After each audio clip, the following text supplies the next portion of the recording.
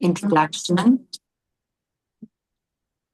I think that we all should be very, very humble, particularly after October 7th. And therefore, all those beautiful, amazing, prestigious words, we all, I think, brothers and sisters to the same situation. But thank you nonetheless for the beautiful, warm words. Good evening to everybody who took over their time to listen. My apologies for the noise in the background. What I want to share with you, with your permission tonight, as per the request of the president of the community, is basically an overview of what's happening right now, following October 7th, but from a bird's eye view. So a kind of a geostrategic analysis of the different aspects of what is going on. And I'm more than happy to answer any questions, even if they're complex, even if you feel that they are perhaps, a little bit different in their views than mine, even more than a little bit, that's fine. On the contrary, the more open we are, the more comfortable I will feel that I am giving you an added value. So I'd like this to be as open a meeting as possible. I don't see this as an official meeting, even though, of course, it's recorded and I stand behind all my words. But do feel free to see it as something that's unique and that you can ask, questions that very often are very difficult to ask in more official surroundings.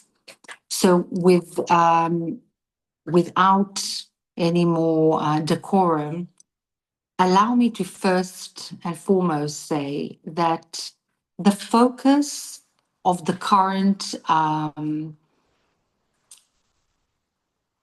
I would say, conflict, the current war, the current occurrence, mainly focused over Gaza, is a narrative which is fed to the world and to us Israelis and to the Jewish people by our enemies.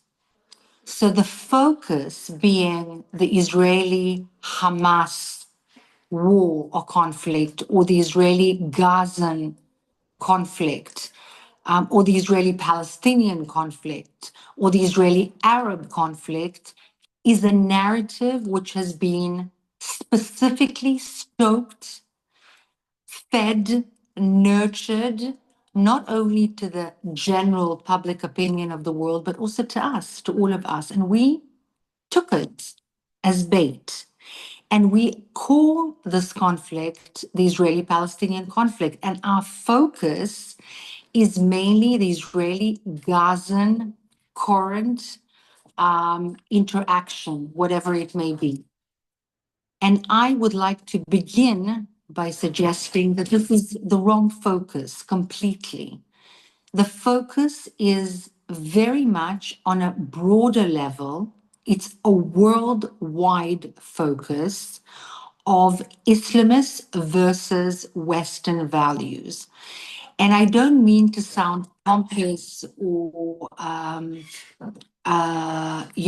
dramatic, but as long as we call this and minimize this to an Israeli-Palestinian conflict, we fall into the trap that our enemies has prepared for us. And this is not a small trap.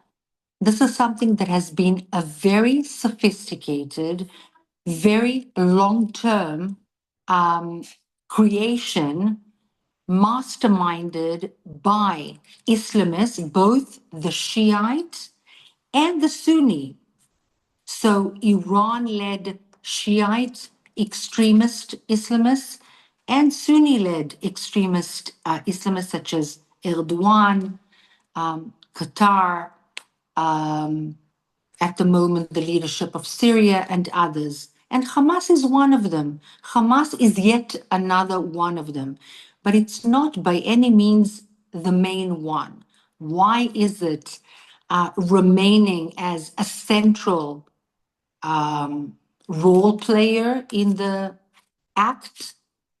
Because they did what the others could not do, could not manage to do, or did not have enough time to do.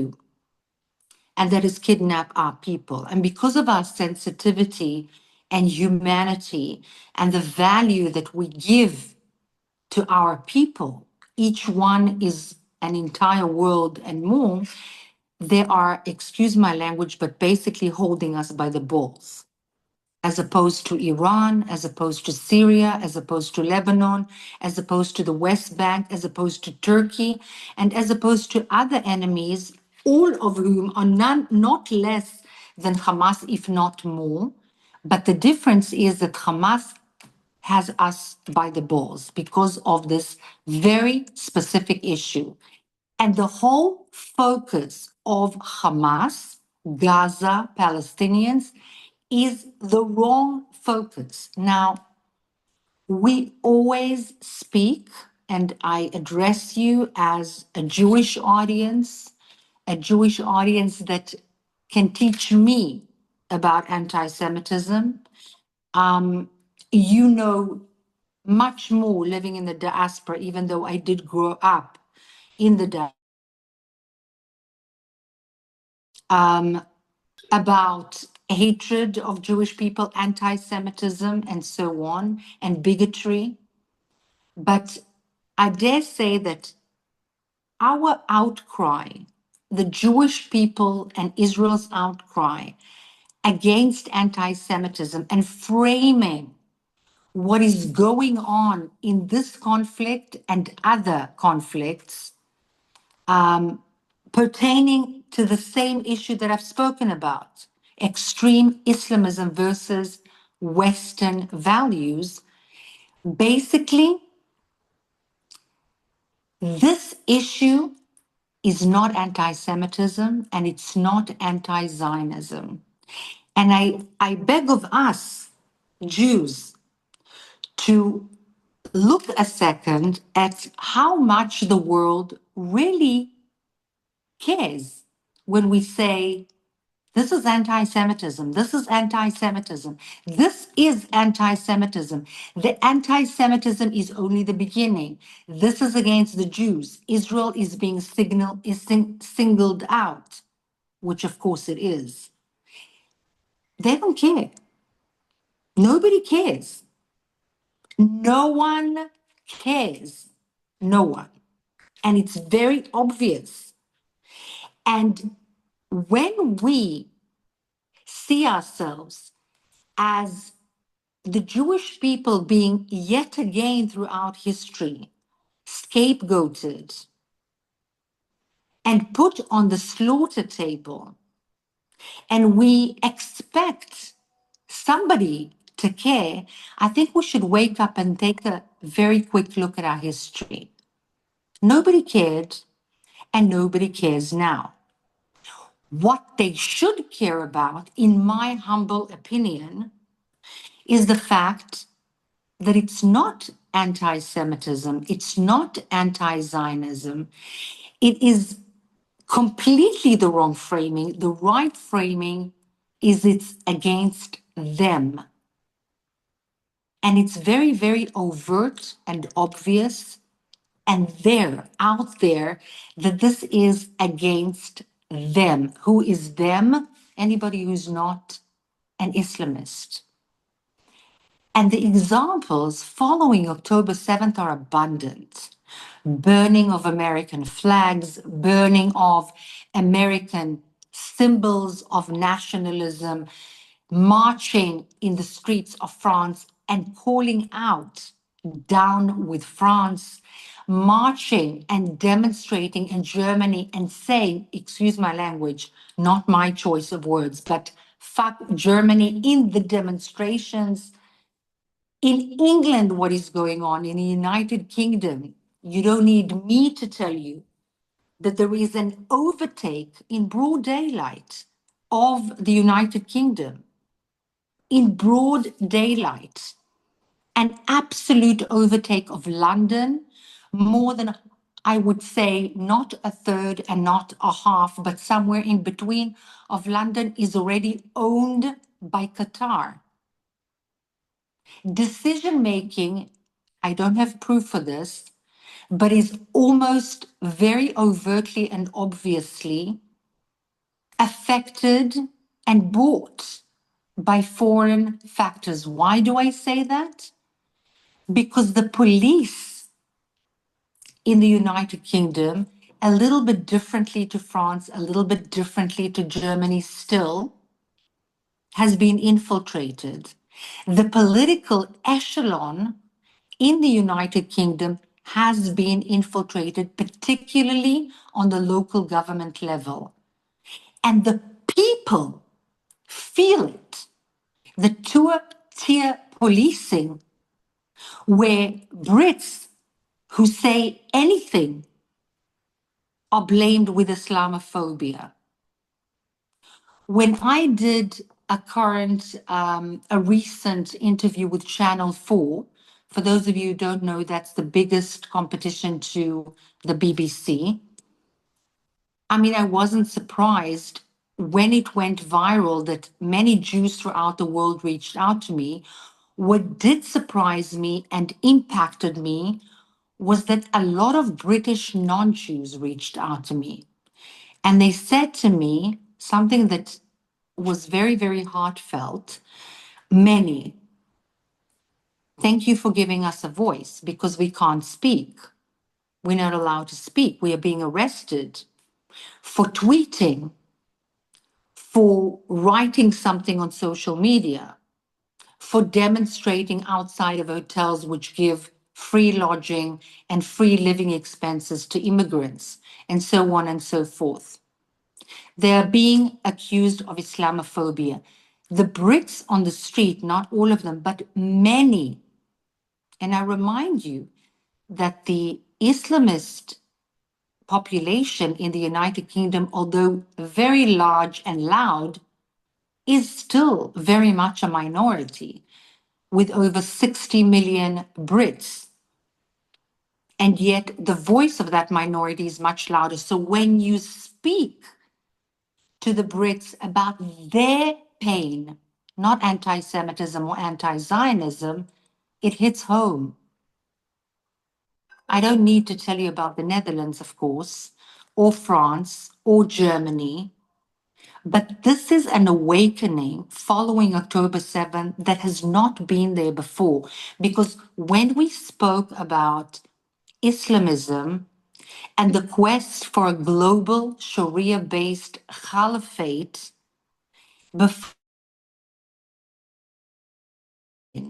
when I say we, I'm talking about people not politically affiliated, but that speak Arabic, that have studied Quran, that studied Islam, that studied the culture of Islamists in the region, which is something that I can humbly say that I have for many, many years, but not accepted in any way before October 7th. It sounded like a science fiction movie. And yet after October 7th, these things have become so overt, almost as if this campaign that has been prepared for over 2 decades by Qatar has erupted too soon. It wasn't ongoing and gentle. It erupted too soon. The demonstrations started too soon after October 7. Before the IDF went into Gaza, there were demonstrations against the IDF in Gaza, and we all know that. So it became so obvious, and I feel that we need to point out the dangers to the European partners rather than emphasize that this is anti-Semitism, anti-Zionism, although this is definitely at the center of things. exactly as the masterminds of this Machiavellian plan have planned very sophisticatedly. Now, why is that so? First and foremost, because we are also enemies of the Islamists. Not the only ones by any means, but we are indeed, via the prism of religion, whether it's politically correct or incorrect, the villains in the story. So are the Christians, so are the Yazidis, so are the Druze, so are the Shiites, by the way, if you're talking about jihadis who are Sunnis, because the Shiites are kufrin, infidels, worse than Jews and Christians, because they have been Muslim and they've left the faith. That's punishable by death, no negotiable. You cannot be a Muslim and leave the faith. That's death. If you are a Jew, it's very bad, but you can either accept Islam, you can pay a tax, or you can become a sex slave. There are three options. A Shiite cannot for a jihadi Sunni Islamist. And likewise, by the way, for the Shiites. So the Shiites, when they actually speak of the Quran, they don't accept certain fundamental issues in the Quran because they believe that those who wrote the Quran in the name of Allah were those who opposed the right leadership, which is their leadership, and not the immediate lineage of the Prophet Muhammad. But they make it secret. They don't emphasize it. And we all know that when it comes to the hatred, either of Jews or Christians or non-believers who are Baha'i, Druze, Yazidi, whatever, there's a lowest common denominator and it unites them. But let's not forget that it only unites them until we all die. And then they'll start fighting over the hegemony, over who leads this worldwide caliphate. But the aim, the objective, is a worldwide caliphate. That's why when we speak about the conflict and October 7th, it's nothing to do with land, nothing to do with the Gaza Strip, nothing to do with the West Bank. When the jihadis in Syria want, and not only want, they're slaughtering right now as we speak, the Druze in Sueda, they didn't stop to rape, kidnap, and murder Druze in Sueda. Nobody cares. No one cares. No one speaks about it. Nobody writes about it. No one cares except the Druze and us. But when the jihadis, the Sunni jihadis led by Ashara, the so-called political leader of Syria, what they are doing is basically trying to eliminate not only the disbelieving Druze, to their opinion, but the buffer zone leading to relinquishing the land conquered by the non-believing Jews, that is the entire land of Israel, on their way to Jerusalem. Because whoever gets Jerusalem, which is the diamond in the throne, will lead the Arab world, will lead the Muslim world in the leadership of the Caliphate. And there is a competition between the Sunnis and the Shiites who will lead this worldwide Sharia-based caliphate. It's not about the Gaza Strip. It's also about Egypt. Egypt, too, believe it or not, needs to be conquered by the Islamists. That's why in 2012, when the Hamas from Gaza infiltrated the Egyptian Rafah and killed Egyptian soldiers and officers, they did this in the name of Allah, not because they're anti-Semitic, not because they hate Jews, but because Egypt is not a religious Islamist state.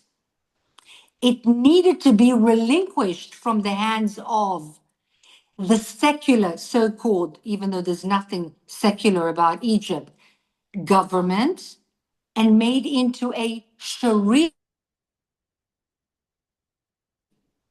And the Egyptians don't forget that. They know exactly what is the Muslim Brotherhood, which they fight from within. They know exactly what is ISIS based in Sinai. And they know exactly what is Hamas and what are Gazans. They occupied Gaza from 1947 until 1967. They occupied the Gaza Strip from the British Mandate and lived with Gazans and ruled Gazans for 2 decades. They know exactly what they are. And that is exactly and precisely the reason why they don't want one stepping foot inside the entire Egyptian Republic, even though it's so much larger than Israel. So when we're talking about the vision, and it puts things into perspective, it's not Israel. It's not the Gaza Strip. It's not the West Bank. It's Egypt. It's Jordan. It's everything, including Europe, the United States of America, Canada, Australia. And that's why we see what we see. Why do we see hundreds of thousands of Muslims marching in Australia on a huge Australian bridge and yelling, "Down with that bridge"? What does that have to do with Zionism? What does that have to do with the West Bank or Gaza or Palestine? Nothing. Nothing. And these examples are overt. They're not secrets. They're not kept under the water. They've come out after October 7th. The mountain has erupted. And the 100-year plan drafted in 1991 by the Muslim Brotherhood to take over the United States of America has suddenly come out of the dungeons. It's in the light. And the infiltration is very, very deep. But of course, in Europe, it's deeper. In Canada, we have the most numbers in the world of Muslim Brotherhood memberships. Why? Because in the United Arab Emirates, they're outlawed. In Bahrain, they're outlawed. In Morocco, they're outlawed. In Egypt, they're outlawed. In Jordan, they're outlawed. Believe it or not, the Palestinian Authority outlawed the Muslim Brotherhood and Hamas in the West Bank. And had they not been defeated, they would do so in Gaza as well. They're outlawed in every country that understands what they are and what they want and what the vision is. And that's the Arabic-speaking Muslim countries. And yet in the West, there is a lot of naivete. And at times, I fear that it's already past the naivete. and that some of the politicians had been bought, because I cannot understand a lot of the logic and rationale behind some of the steps that are being taken by European leaders. It's suicidal. But when we speak to them, in my humble opinion, it's wrong to emphasize why Israel is right. Israel is not right. Israel is fighting for them. Israel is at the forefront of their war. Israel is not able, does not have the privilege to play with this naivete, because it's a live or die situation. Why? If we didn't have a state, we all know what happened. And that's why we have to do everything in our power to make the state remain. But that's the case for the Druze as well. And that's the case for the Yazidis as well. And that's the case for the Alawites in Syria as well. And that's the case for the Kurds as well. And that's the case for all of those minorities, the Assyrians, the Christians in the Middle East, and so on. They're all finished without a state of their own. And that's exactly what is happening. That's what we need to highlight. Not anti-Semitism, because nobody cares. They just don't care. If they let us die, 6 million of us, gassed to death, I'm not saying nobody cares. I did say that a few times, but some people care, but not enough. What they should care about is that they are not even next, they are simultaneously being murdered quietly. Quietly. The infiltration is extremely, extremely sophisticated. Sheikh Moza, the mother of the Emir of Qatar, you know, sometimes she reminds me of the mother in the fairy tale of the Snow White. You know, that evil woman? And everything sounds like a fairy tale. This whole thing sounds like a Disney horror movie, and happily ever after is hopefully what would happen. But at the moment, only the United States of America, and not all of it, and Israel is actually fighting this war. And the infiltration is not only into the left circles. So when we see right-wing circles a little bit differently in Europe, but certainly in America, we see the infiltration into impact circles of right-wing politicians as well. Very much so.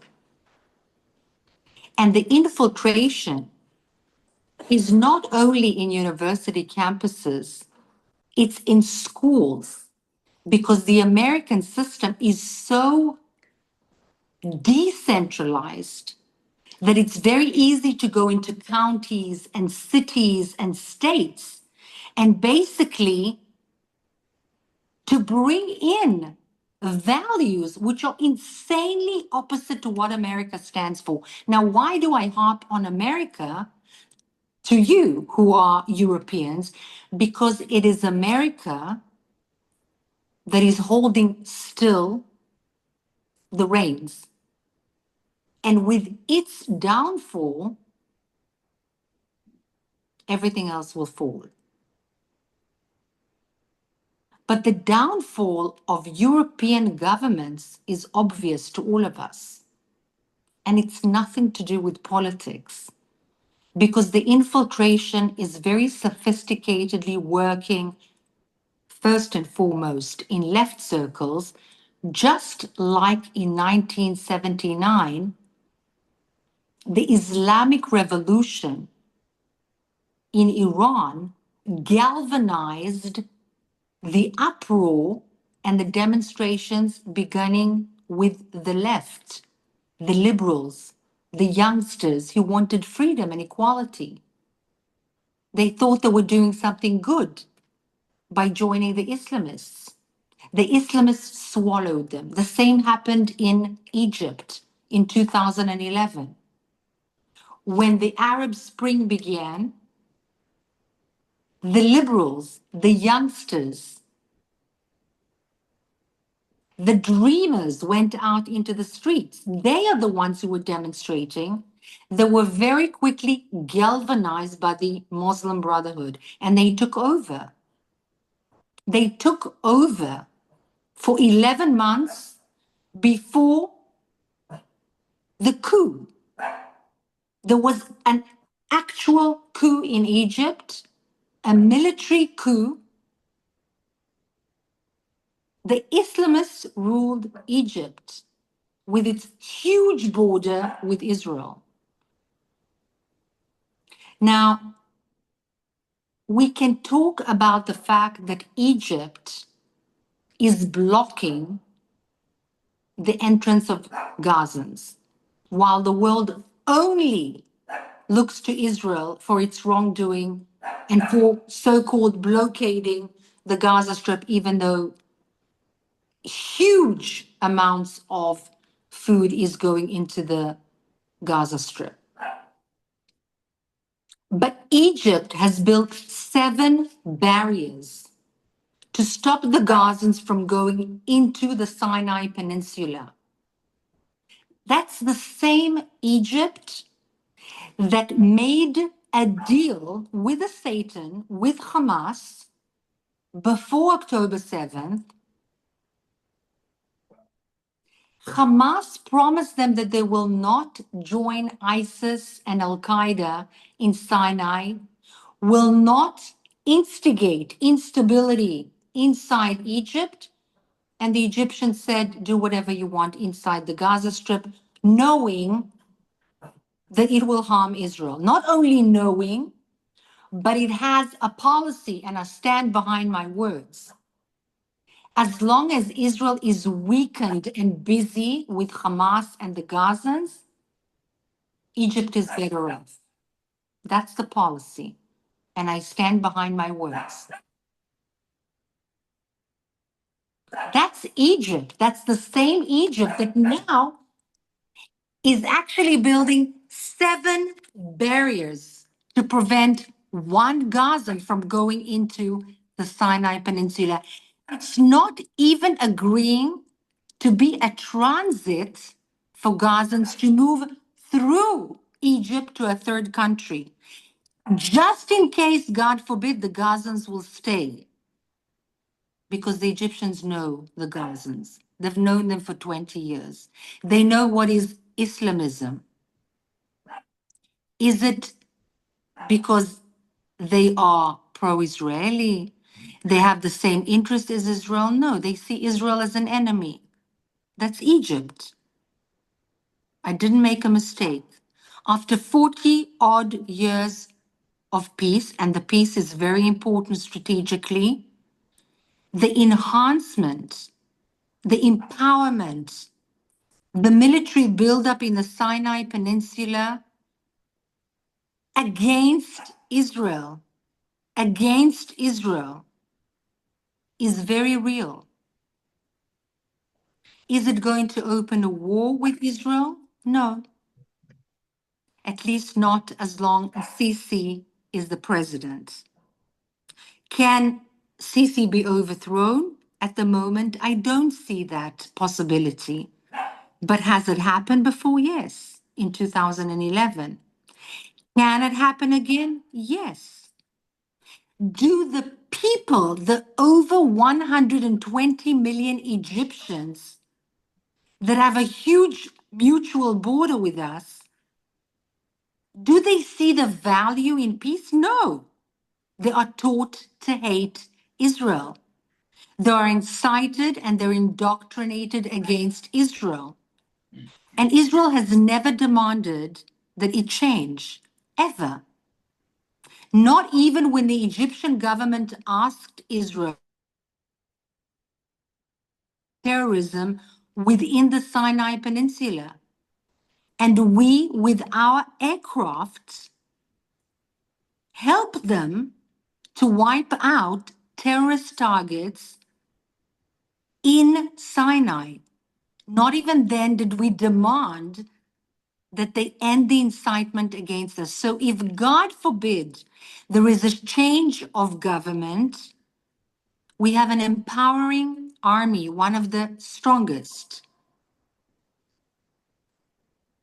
on our border in the Sinai Peninsula that does not have the best of Israel's interest at heart. The Gaza Strip, I don't need to tell you about the Hamas, but I do want to say the following. You know,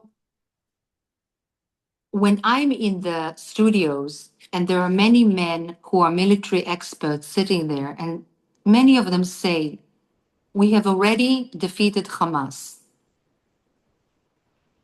We have already weakened Hamas enough. We need to get out of there and stop the war. If there is one thing that I would like to say that I understand, it's the mindset of the enemy. I'm not a military expert. I don't know how difficult it is to surround targets. I don't know what tools need to be used. I don't know what tactics and what strategy militarily. What I can and do say, and I stand behind my words, is that if we go out without wiping out Hamas, which doesn't mean wiping out the last person who ideologically believes in that mindset, because they all do.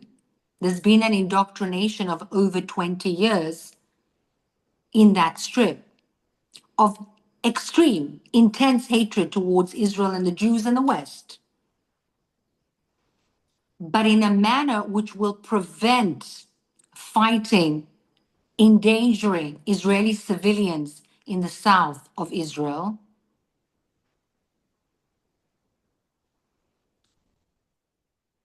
In order to do that, if we don't do that, we basically go back to October 6th. Because if we move back, we allow them to regroup, we've done nothing. In terms of the mindset, the Islamist mindset, death is nothing. On the contrary, it's revered. That's the teaching. There's no meaning in this world, in this life. Islam, the meaning of it is surrender, istislam. But to what? To God, to the religion, to give up your life. That's the meaning, that's the essence. So whether there are 2.5 leaders left and they'll galvanize support and they'll continue to rule via oppression, of course, that's victory. And we've done nothing since October 6th. And we cannot do that. We are at the forefront of a worldwide war with extremism. It's not only against Israel. In the West Bank, the Hamas has been fed and nurtured by Iran for years to undermine Abu Mazen. Abu Mazen has no legitimacy because of corruption, because he has not been elected in over 20 odd years, even more.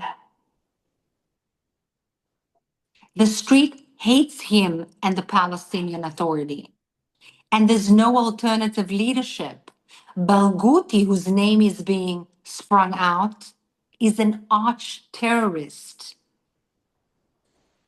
Anything to do with bringing back the Palestinian Authority anywhere is a narrative fed by the enemy to confuse people who don't understand anything at all.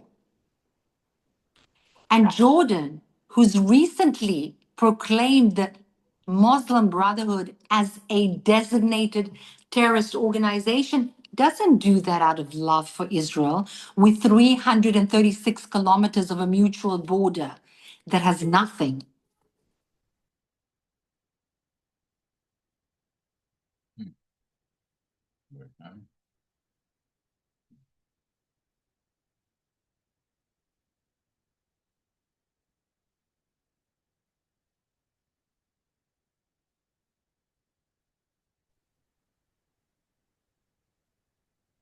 I'm sorry. I left you. I gave you a little break from the horror story. Jordan has actually proclaimed the Muslim Brotherhood illegal because of its own threat, internal threat. What the Muslim Brotherhood were is a fifth column nurtured for many years by Iran, the Islamic Republic of Iran, but now with the jihadi extremist Sunni leadership in Syria, the Jordanians are very threatened and very frightened of the joining of these jihadis to overthrow the Hashemite kingdom. Again, this is not a conflict against Jews and Israel. We have to change the rhetoric. We have to change this narrative. Israel doesn't do anything about the narrative, but we need to understand this is the wording of the enemy. It's not about land. It's not about Palestine. It's not about Gaza. It's not about Israel. It's not about Jews.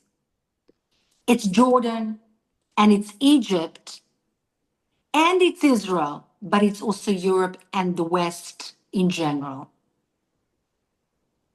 And if we do not stand by the Druze in Syria, we let go of that buffer zone, they'll be in our living rooms on the north border of the state of Israel. And these are ISIS. These are ISIS. These are the same people that are being kashered, as in made kosher, by European leaders, by the administration in the United States of America. Same leadership. Murderers. These are rapists, murderers, hooligans that are ISIS. This is the leadership of Syria. Let's not be mistaken at what is going on there. And there's a reason why in the secret talks between Israel and the United States and Syria and Lebanon, they are talking of securing the border between Syria and Lebanon, because Lebanon understands that as well. Well understands. On the one hand, they have Hezbollah inside, which is Shiite extremists, and they knew that they wrecked their country. But on the other hand, they have other jihadis. And they know what are jihadis. And by the way, they know very well what are Palestinians. Because the Palestinians were in Lebanon and were kicked out of Lebanon because of what they had done to the population. I remind you that they were kicked out also of Tunisia, and they were kicked out of Kuwait. And they are not accepted by Egypt. And Black September was not performed by Israel, but by the Hashemite kingdom of Jordan.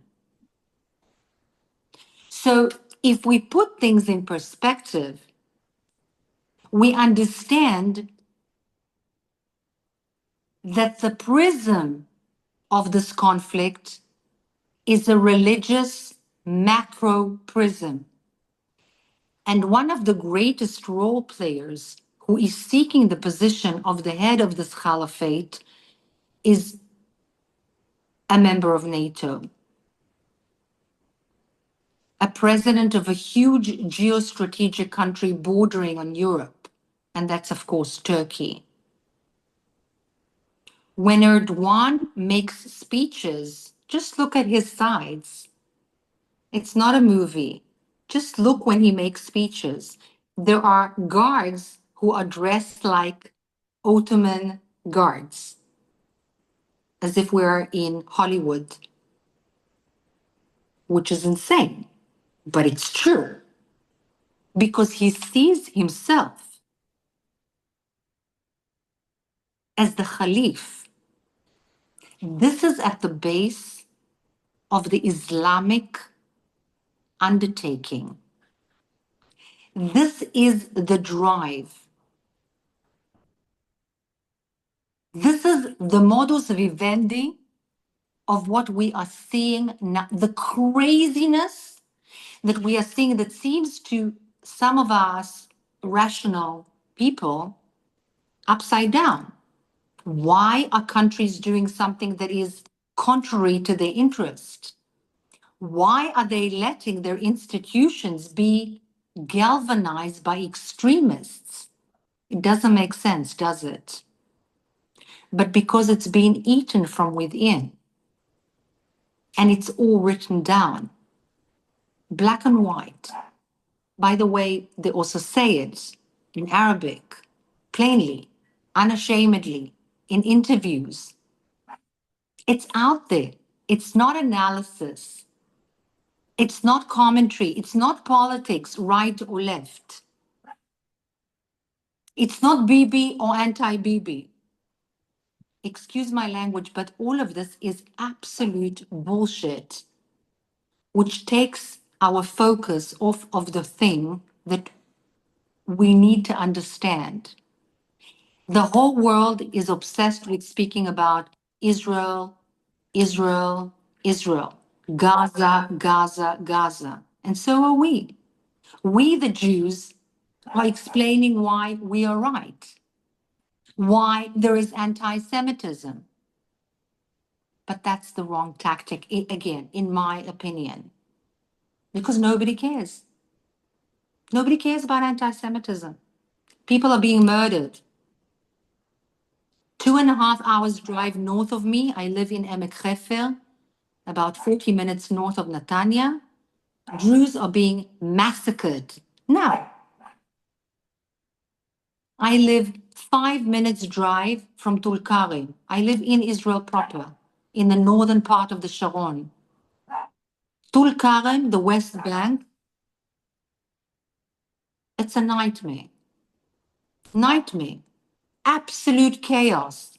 Nobody cares about the Palestinian Authority. That some people are stupid enough to think that they may take over the Gaza Strip. There's no limit to the stupidity. They are exactly the same, exactly the same, exactly. They're just fighting over who will rule, Hamas or the Fatah, but they're exactly the same. It's crazy to not understand what is really going on. And the least we can do is educate ourselves to be able to speak to those who say anything about the matter with intelligence. So when I speak to Channel 4 News, I don't speak about anti-Semitism because frankly, nobody can convince me that either the BBC or Channel 4 give a damn about the Jews. But there are a lot of Brits that care about the Brits. Not everybody, some of them don't care, but there are millions who do, about the British girls and about the British women and about the British men and about the United Kingdom. Whatever we may think about it, whether we like it, we don't like it, it doesn't matter. Some people actually care. So I try to convey that it's not us first and you next. It's simultaneous. It's out there. And I think this is a very important point to drive home. So I'll stop here with your permission, and I'll be very, very happy to answer any questions, even difficult ones. Worst comes to worst, I won't know the answer and I'll tell you the truth. Okay, thank you very much so far. Very interesting story that we hear. Let me see in the chat what kind of questions do we have.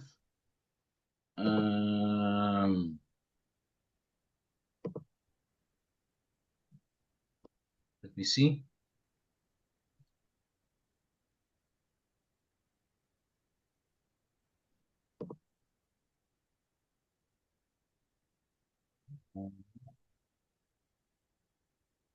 I don't see the chat.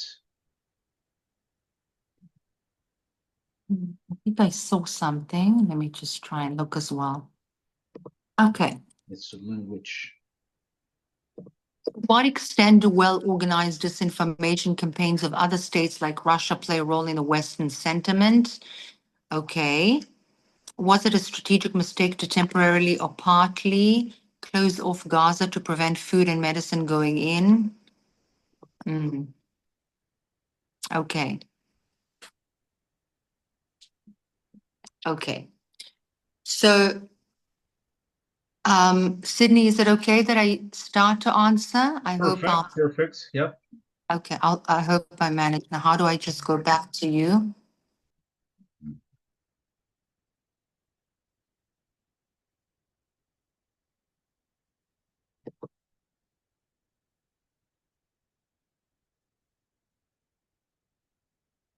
You have to unmute. Yeah, unmute. Mute you. Mute. Okay. Yep. Can you hear me? Yeah. Okay. So China is seeking the interests of China.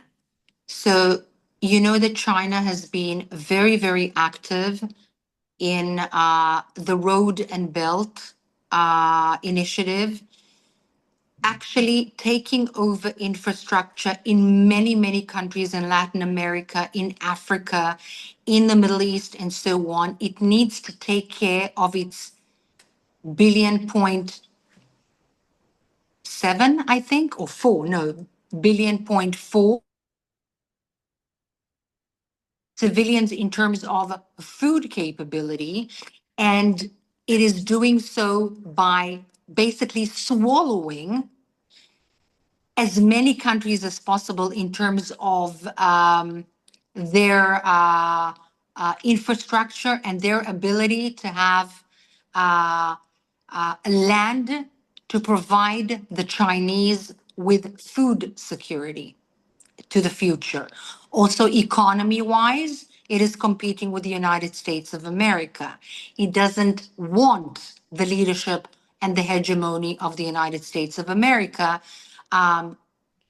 globally, and it's doing what it sees right to promote that by joining the Islamic Republic of Iran when it suits them, Russia when it suits them, and other countries when it suits them. In my opinion, although I'm not an expert on China, not out of ideology, but of practicality, the way that it sees its position in global hegemony as opposed to the American hegemony. And yes, our enemies are much more powerful, both in terms of land and resources than us. And therefore, it's much more suitable for the Chinese to coalesce with them rather than us. We are negligent completely.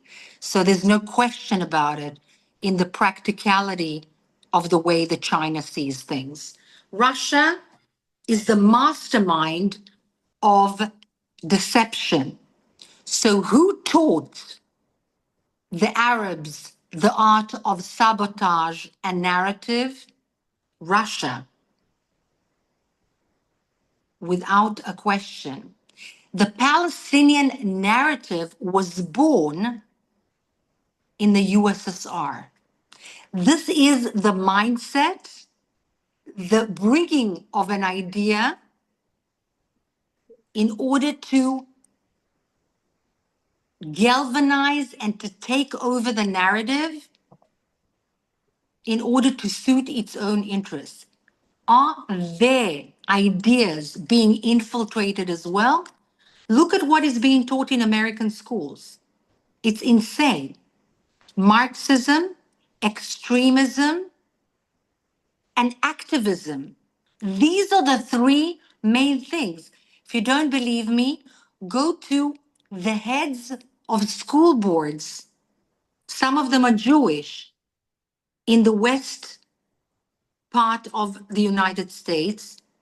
They're going crazy because schools are being overtaken with curriculum that has nothing to do with American values. In fact, it's exactly the opposite. Why? Yes, because Russia also has a hand in it. Qatar is paying for it. The idea is to create chaos, to disrupt, destabilize, ruin the United States from within. And you think this sounds insane, far-fetched? It's happening. It's happening. There are NGOs in Europe, in the United States, in Canada, in Australia, that are promoting policies that have significant lobbies that are controlled by Qatar money. And Machiavelli could learn from them. So yes, China is involved. Yes, Russia is involved. Yes, Qatar is involved, each because of their own interests. Qatar is a teeny tiny country with 350,000 people. That's it. They are streamlining themselves by buying the world. And they are doing this. I mean, literally, I take my cap off. It is so smart and so systematic and so sophisticated. It's unbelievable. 350,000 people. By the way, if the United States of America would have told Qatar that either they get the hostages out or the Americans are taking the $7 billion invested in Qatari land in their bases out, and that it stops all relations with Qatar, the hostages will be out in 5 minutes. Idan Alexander was taken out like this because it suited Qatar to serve the Americans. The leaders of Hamas are still sitting. You remember there was some noise about them being kicked out at some point months ago. Absolute bullshit. They are still sitting in huge comfort in 5-star hotels in Qatar. And so long as they're there, how can anybody turn to Qatar to negotiate deals with Hamas? I mean, seriously? It's the doing of Qatar. It's the making of Qatar. It's all Qatar. So we think that they will negotiate a deal for us? Likewise with Egypt. Egypt wants this war to end because it's very comfortable that Israel is very much weakened and busy with Palestinians without one Palestinian going into their territory and without this instability leaking, because all of the pressure now is in the south of the Gaza Strip, right on Egypt's border. Egypt is in a panic. They are inside this panic moderating a hostage deal. Like, really? Seriously? Are we serious about, I mean, do we understand that they are not trusted in this issue? And Qatar much worse? It's crazy. I'm sorry, I didn't see other questions. Another question is, looking at all the threats you mentioned, how do we cope with it in the near future? Not to be mentioned as Islamophobist or something like that. So when you try to recruit the bilateral governments and the multilateral authorities in Europe, in Canada, in the United States, and Australia, there needs to be a worldwide coalition, not a right-wing or left-wing coalition, that needs to understand that the world is truly being threatened. And there are ways and means to stop it, or at least put a stop to it, put a border to it, and that's legislation. Now, Islamophobia is yet another word which has been born out of this extremely sophisticated narrative, and it's been nurtured and accepted and taken even by very intelligent people. And it needs to be broken. How? Relatively, it's made simple because of everything that we see. It's no longer a secret, it's in the streets. So it's not to point out where the Jews are being attacked, because nobody cares. It's where the Dutch are being attacked. And they are. They really are. It's where the Brits are being attacked. It's what's taught at the schools. Where are the flags of your country? Where are the national days of your country? What's happening in the demonstrations? Forget about the anti-Semitism when we recruit this coalition. The bilateral heads of state, the multilateral heads of authorities. They've been fed this for a very long time. It's not an easy task. But what's making it a little bit easier is that it's all out there. It's overt. People are being attacked. Women are being raped. Not Jewish women, all women. In Sweden, in France, in the UK, in Germany. Laws are being dictated in Christmas markets. Now, I know that that's the rhetoric taken on by the political right. But there are just simple people who are starting to wake up. People, not politicians. Even in Ireland, which is certainly not an easy country for any of us to mention, right? Let me just have them come in so that they stop barking. Excuse me. If you hear many Irish people on the social media speaking, plain people, simple people, speaking about what they are going through, what they are made to go through, you will see the pain. It's nothing to do with their feeling of empathy towards the Jews, because frankly, I wouldn't count on it. Mhm. I mean, you know, with all respect, Yeah. history has shown us, and the present even more. But they are complaining. They are complaining.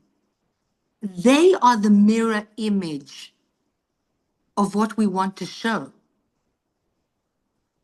That's where I would go. That's what I would show. And we harp on anti-Semitism. I understand. It hurts. It's painful. It's real.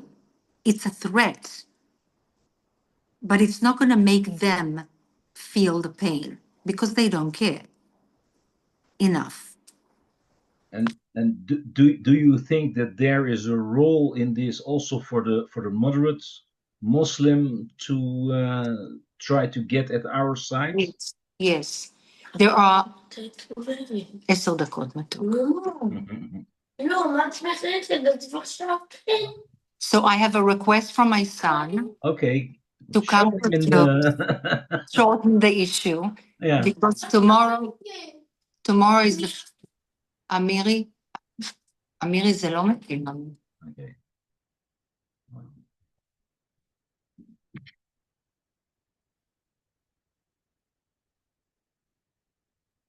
Yeah. I'm sorry.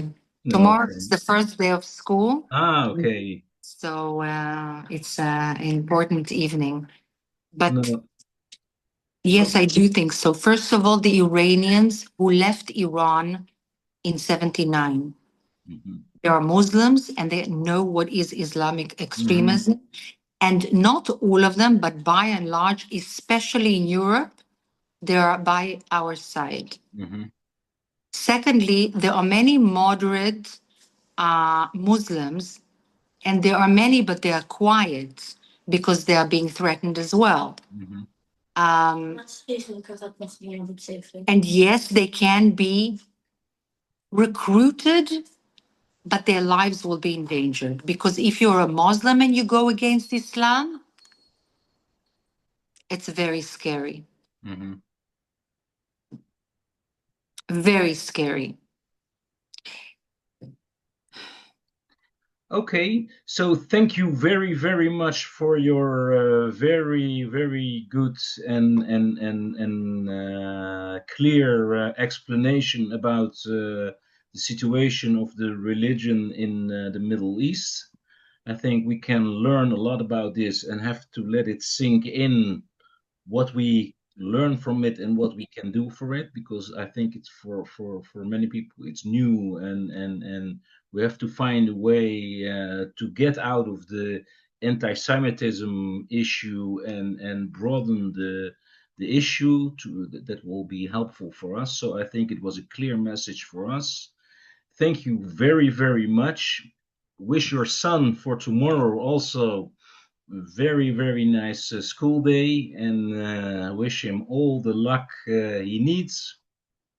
And we keep in touch. Thank you very much for this evening. תודה רבה. Okay. עם ישראל חי, and thank you for your time. Okay. Thank you very much, and thank you all the attendees. Yep. שלום. Bye.